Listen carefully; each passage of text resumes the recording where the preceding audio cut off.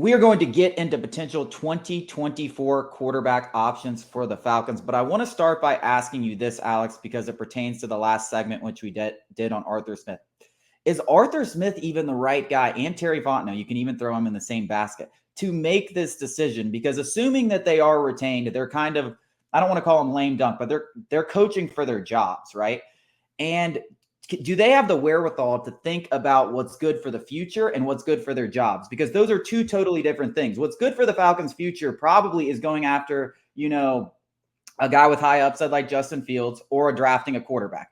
Well, both of those guys are no guarantee to make this team better next year, especially a rookie, especially Justin Fields. You don't know what you're going to get. But I think investing a second-round pick in Justin Fields and the high upside, that's good, but that's also risky. I think investing in a rookie quarterback and going all in that prospect, it's good, but it's also risky, and they could be out of a job, whether that's the right decision or not, because the team didn't perform well enough on the field that season. So that's another thing that you have to consider. Are they even the right person to make this decision? Because they could want to go out and get like Kirk Cousins, because Kirk Cousins is probably the best option for next year. But in the long term, it's probably not the Falcons' best option. Even Ryan Tannehill might be a better option than a rookie next year. It's definitely not the better option for the long term of this organization. So that's another thing I think you have to consider when you're talking about Arthur Smith. Are they going to make the right decision for the future of the organization, despite what it could mean for their jobs if they do not perform well on the field next year? It's a really good point that nobody has brought up on Falcons Twitter or Falcons, the beat, nobody. What's good for Arthur Smith and Terry Fontenot in 2024 probably isn't good for the Falcons franchise of the future. That's a really important note. We will absolutely be blogging about that soon, where I'll get more of my thoughts down on that. But no, Arthur Smith's lost the benefit of the doubt. I mean, you just saw, what Desmond Ridder was. He thought, he could build up the team around him and Ridder could be a serviceable quarterback, and he was wrong. So I think at the bare minimum, Arthur Smith has lost the benefit of the doubt. And I've seen a lot of people on Falcons Twitter going, this was Arthur Smith's hand-picked guy.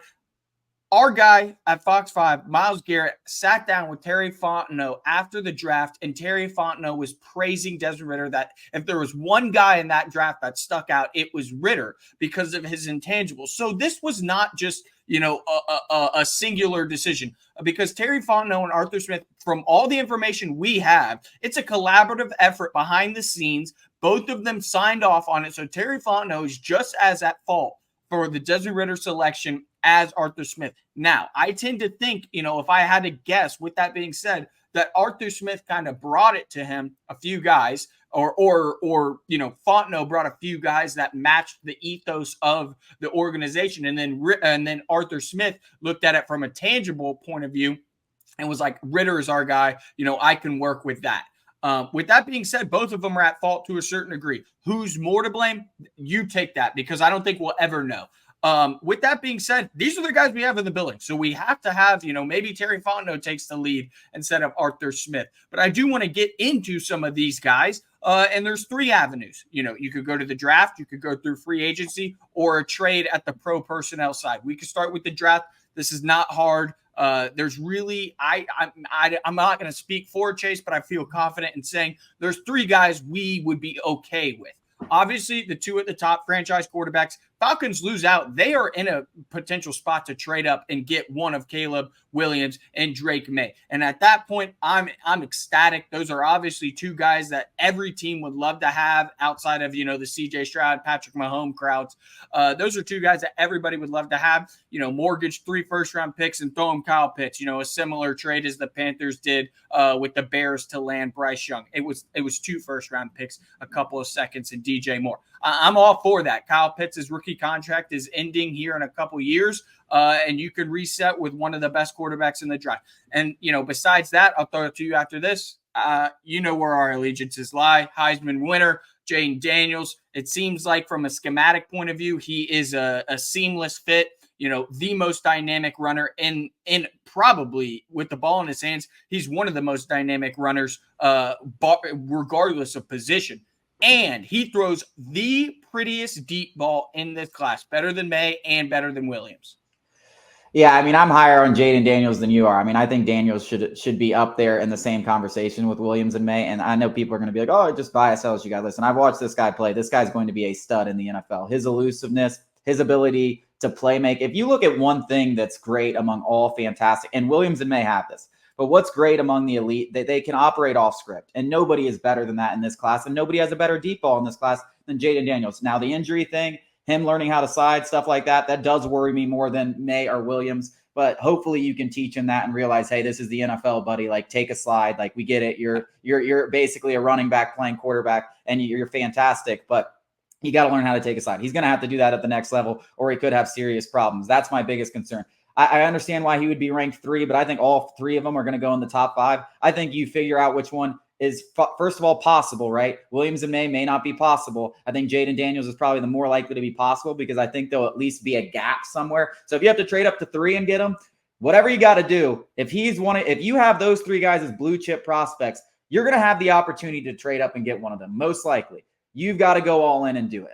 And that's my thing. That's where I'm saying, like, I don't care what the results are next year. And I think that's a conversation Arthur Blank has to have with them. Like, listen, you got to do, if we're keeping you around, you got to do what's best for this organization moving forward 2-3 years down the road and still think that you're going to be the job, because that's my biggest concern here is, and then we can talk about the trade. We talked so much about Justin Fields. I like Justin Fields. Obviously, there's some risk there. It's not going to take nearly as much draft capital. I think we've talked about it, 2nd, 4th round pick, something like that. I think that's a risk worth taking if you can't land one of those 3 guys. I'm not in love with anyone after those 3 guys, the McCarthys, the Nixes, the Penixes. I just do not see them. You might as well just get a new coach in the building if you draft one of them. Because you are not going to be a playoff team with one of them under center. I mean, Ridder might even be better than those guys. We really don't know. There's just too many question marks around those guys. Kyler Murray, we've kind of talked about him. I don't know what your feelings on them. I don't know if he's even going to get traded. If he is traded, definitely an intriguing target. The free agency route, Kirk Cousins, Ryan Tannehill, Mac Jones, doesn't really move the needle for me. Kirk Cousins, maybe. Well, Mac Jones is still under contract next year. Him and Justin Fields, same class. Both of them are going to need their 5th-year options picked up, or there's a decision needs to be made. Mac Jones is gone next offseason. No, he's not going to be released by any means. If anything, he'll be traded for a late-round pick. So I think Mac Jones, Justin Fields, those are like obvious trade candidates. I do think Kyler Murray is less likely. I think the Cardinals are probably going to take one of those tackles, or Marvin Harrison Jr., or, Brock Bowers, whatever your flavor of tea is. And so I think that's really unlikely, though it is possible. I don't know. Resetting, the rookie contract is very valuable in this sport. It's the most valuable thing in this sport. So it is possible. I think Justin Fields is obviously more of a schematic fit with Arthur Smith's offense than Mac Jones. I do think if Mac Jones falls in the right situation, he's going to prove that it wasn't him as the problem in New England. It was coaching and talent around him. But with that being said, I don't think he's even on the Falcons' radar. And then the free agency, obviously, as long as his former offensive coordinator is still in Atlanta, Ryan Tannehill is always going to be linked to the Falcons. He's 35 years old. He was more athletic back, when he had Arthur Smith. He's 35 years old now. He's not going to be the long-term answer. Again, like Chase has been saying, and I think this is a brilliant point that more people need to be talking about, that Arthur Smith and Terry Fontenot, more so Arthur Smith, might make a decision what's best for him in 2024 and not for the club as a whole in the future. And that, as unfortunate it is, it sounds like that's a Ryan Tannehill-esque move. That to me is a fireable offense. Yes, it is. In general. Let me continue. So Kirk Cousins is also 35, coming off an Achilles injury, but his game feels like it could, extend well past Ryan Tannehill's. He's much more efficient when he throws the ball. I wouldn't mind a 3-year deal for Kirk Cousins, something like that. And you forgot one, Baker Mayfield. If Baker Mayfield signed with the Falcons this year, we'd be in the playoffs. It wouldn't even be close. We'd be like 9-5, stranglehold on the division. So that is another thought. So let me rank them. This is the way I would rank them. You tell me if you feel differently in terms of options. The first option to me would be drafting Daniels. Let's assume it's Jaden Daniels and May and Williams are gone. Drafting Jaden Daniels. The second option to me would be a Fields or Murray if they come available. The third option to me would be Kirk Cousins or Baker Mayfield. I think you can lump them in there. Obviously, Kirk's the better of the two, but it would be the free agency route. Do you feel any differently? I am not going to break it down as exact as that. I do think, Jane Daniels is number one, and I am biased. I'm not even afraid to admit it, but he is so dynamic. I just need him in Atlanta. So I definitely think that would be number one if May and Williams are not available. But then after that, I'm going to disagree a little bit, because I'm not just going to say Justin Fields and then, trade and then free agency. I'm thinking if it's not a long-term guy, in the form of a draft pick, it's going to be a short-term guy. So Justin Fields or Baker Mayfield. If Mayfield's willing to take another 1-year deal and then we can kind of reset, and then next offseason we could potentially go all in again. Again, this is not what's best for Arthur Smith. This is what's best for the Falcons, in my opinion. Then that would be the case. You give Justin Fields or Baker Mayfield a tryout in 2024. Maybe you extend them for a couple more years if it really works out. And then after that, I would go Kirk Cousins, because Kirk Cousins is going to demand, a fully guaranteed 3-year, $100 million deal or whatever it is, because he's proven he's a veteran and he's not going to take a 1-year deal. So that's what it would be for me. It would be the long-term draft play and then a 1-year potential trade or free agency, a la Justin Fields, Baker Mayfield. And then after that, it would be, a multi-year deal for a guy like Kirk Cousins. And then Ryan Tannehill might not even be on the ranking. I don't have him on the radar. Yeah, if we end up with Ryan Tannehill, I mean, we will be leading the charge for. That's a slap in the face. Yes, it is. That's a slap in the face. They got to make serious changes, and if somehow they don't, I think that's going to be a really bad look for them. But I could settle for Baker. It would at least be kind of interesting. But it'd be fun. Still, if we're sitting here talking about Baker Mayfield being I would be. I mean, it's like, come on. Eventually, we got to do something. Like, what are we doing? We're in year 4 now.